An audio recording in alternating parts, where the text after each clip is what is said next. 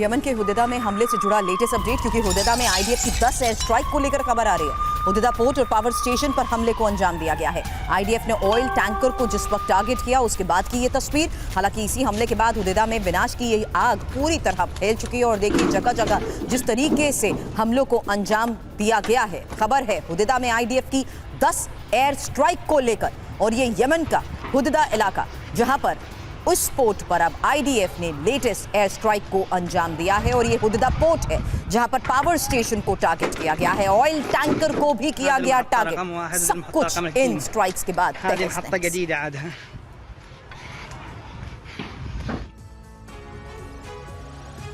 Lebanon में सबसे ज्यादा तबाही बैरूत के दाहिया में हो रही है। वही दाहिया जो हिजबुल्लाह का गढ़ है।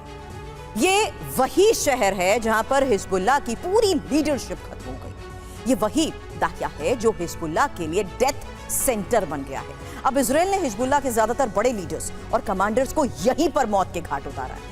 अब सवाल यही है कि आखिर ये कैसे हुआ?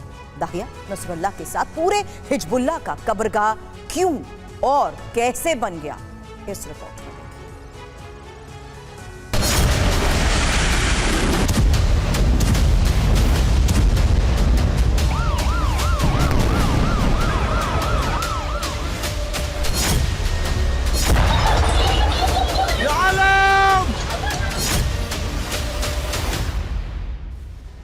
हसन नसरुल्लाह के खात्मे के साथ ही हिजबुल्लाह की पूरी लीडरशिप खत्म हो चुकी है।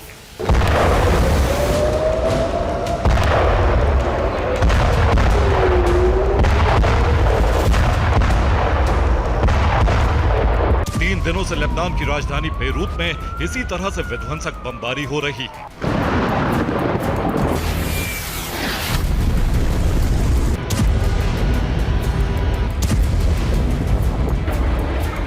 इजरायली एयरफोर्स के टारगेट पर हिजबुल्लाह का वो गढ़ है जो बेरूत में ही मौजूद है।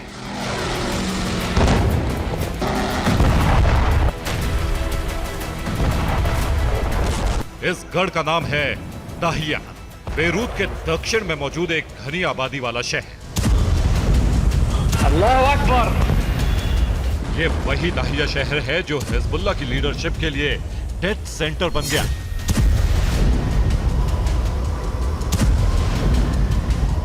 हिजबुल्लाह के ज्यादातर लीडर और कमांडरों को इजराइल ने इसी जगह पर मौत बांटी।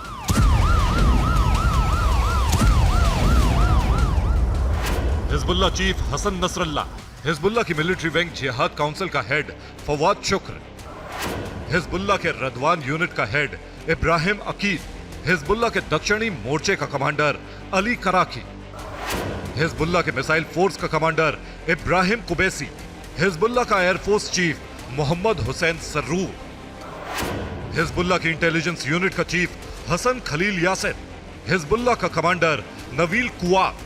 हिजबुल्लाह के ये सभी नेता और कमांडर दाहिया में ही मारे गए।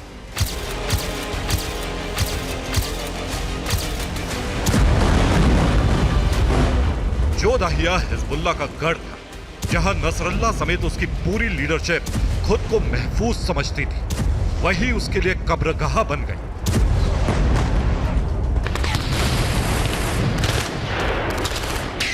सवाल यही है कि आखिर बेरूत का दाहिया हिजबुल्लाह के लिए डेथ सेंटर क्यों और कैसे बन गया? इजराइल ने इस इलाके को खास तौर से क्यों टारगेट किया?